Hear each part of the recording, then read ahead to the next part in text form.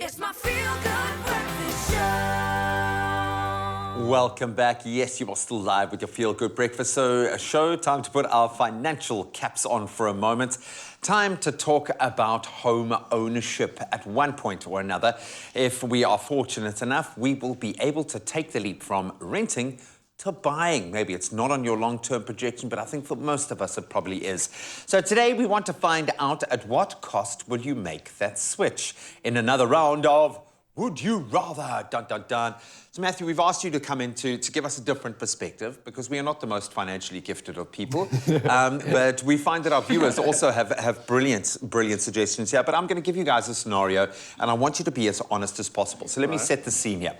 You are stuck between buying and renting a home and have two options with the current budget at your disposal. Okay, so would you rather A, buy a smaller, older house, or B, rent a bigger, nicer house and project that image to the world? You know, I'm actually very interested to hear your answer because I hear your music. It speaks about just escaping.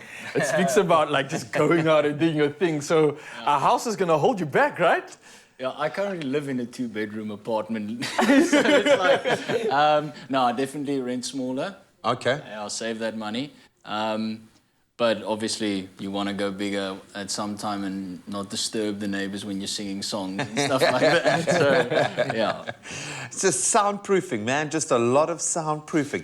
It's a difficult one, but you're kind of in this place. Yeah, look, I've always been a renter, but now obviously getting into a new place of my own, I'm realizing the advantage with, it doesn't matter what it is, just get something, get in the market because it allows you to start not throwing that money away every month, but you're paying off someone else's bond. Yeah. Exactly that. You're actually seeing that money go to something of value that you can maybe turn around and say, hey, after all of that, at least I've got something to show. But come on, man. I mean, you're a rock star on the rise. You're a TV film star. Surely you want to be living in a big house. This is guys like the devil on your shoulder here. No. Like, hey? I've always I've heard that a lot of money and skuld, what's that in English? Debt, yeah. Debt looks exactly the same. Yes, my friend. Very true. So very rather true. buy the small house, man. Yeah, man. Okay. Work within your means. I absolutely love it, man.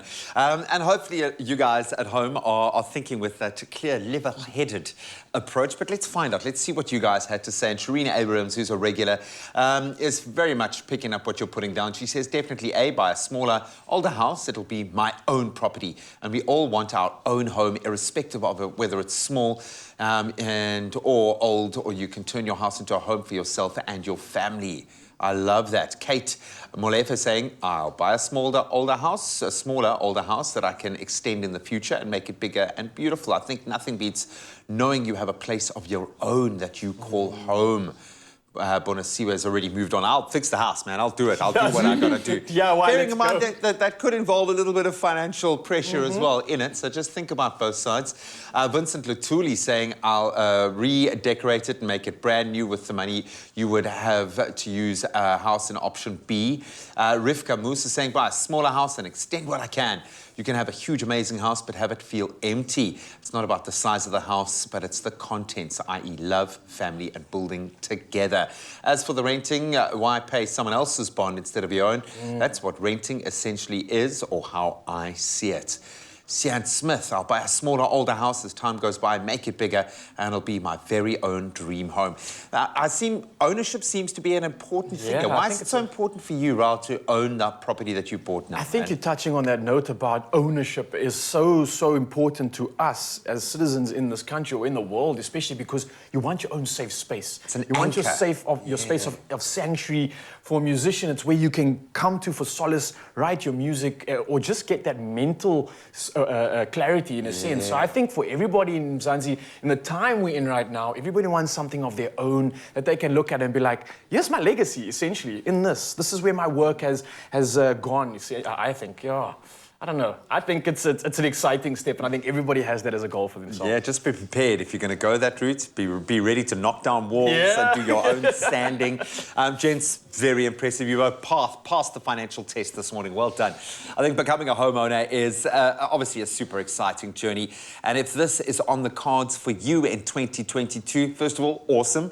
then second of all, reach out to the team at Nedbank and find out about their home loan tools and offers. They'll guide you through the financial literacy needed in this process and let the experts help you finance your dream home, no matter how big or small. Don't just buy.